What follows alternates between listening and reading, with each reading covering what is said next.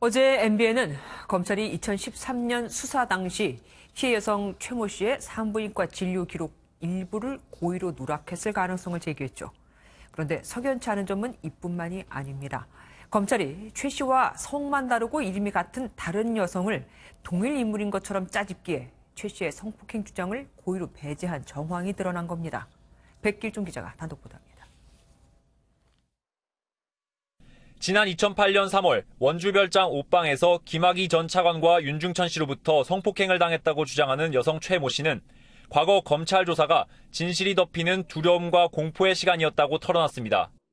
2013년 당시 나는 분명히 내 피해를 정확히 호소했음에도 불구하고서 검찰에서 마치 나를 이상한 여자를 취급하더니 2013년 조사 당시 검찰이 최 씨에게 별장에서 윤 씨 일행으로부터 일정한 대가를 받고 성관계를 가진 적이 있느냐, 또 다른 피해 여성 이모 씨가 당신을 별장에서 봤다고 진술했다며 추궁했다는 겁니다. 이 씨와 일면식도 없던 최 씨는 이를 강하게 부인했지만 인정되지 않았습니다.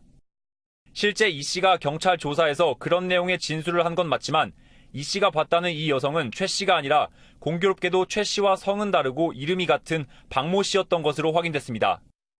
하지만 검찰이 불기소하는 과정에서 피해 여성 이 씨의 진술이 박 씨에서 최 씨로 바뀌어 기재된 채 성폭행 피해 주장은 무혐의로 종결됐습니다. 조사 당시 이 씨는 박 씨의 이름을 정확히 언급했고 최 씨와는 모르는 사이라고 진술한 것으로 전해졌습니다.